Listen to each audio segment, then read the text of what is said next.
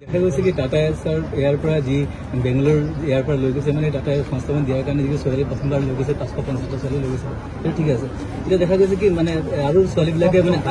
আকৌ মানে কি ইয়াত পাব বুলি গোটেই ছোৱালীবিলাক লৈ গৈ আছে কি যোৱাটোতো ভাল কথা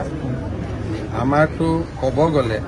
আমাৰ গোটেই অসমৰ মিয়া ল'ৰা ছোৱালী বেংগলোৰ কেৰালা চবতো ভৰ্তিয়ে হৈ আছে গৈয়ে আছে কামটো কৰি আছে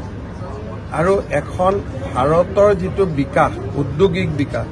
তাৰ সুযোগ আজি কোনে লৈ আছে কেৰালাত গ'লে মই বৰপেটা ল'ৰা ছোৱালীয়ে লগ পাইছো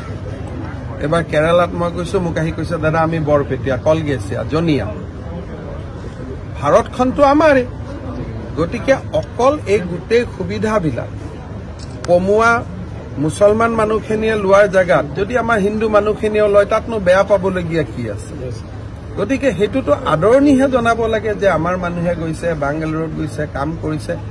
চল চক্ৰান্ত কৰি চাকৰি দিম বুলি বোলে মানৱ সৰবৰাহ কৰিছে তেতিয়া বেলেগ কথা চাকৰি কৰিবৰ কাৰণে যদি কোনোবা ইয়াৰ পৰা মানুহ গৈছে তাততো এইটো আমি আদৰণিহে জনাব লাগে ঘৰত ইয়াত যদি ৩০০০ টকা ইনকাম পোৱা নাই ২০,০০০ টকা কৰবাত গৈ কাম কৰি আছে ভাৰতখনটো আমাৰে হয় গতিকে আমাৰ দেশত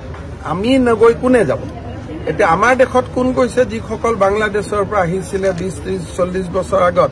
তেওঁলোকে হায়দৰাবাদ অন্ধ্ৰপ্ৰদেশ বাংগালুৰুত গৈ সুবিধা লৈ আছে তাৰ জায়গাত আমি দাস কলিতা মানুহবিলাকেও সুবিধা ল'ব লাগে একোটো বেয়া কথা নহয়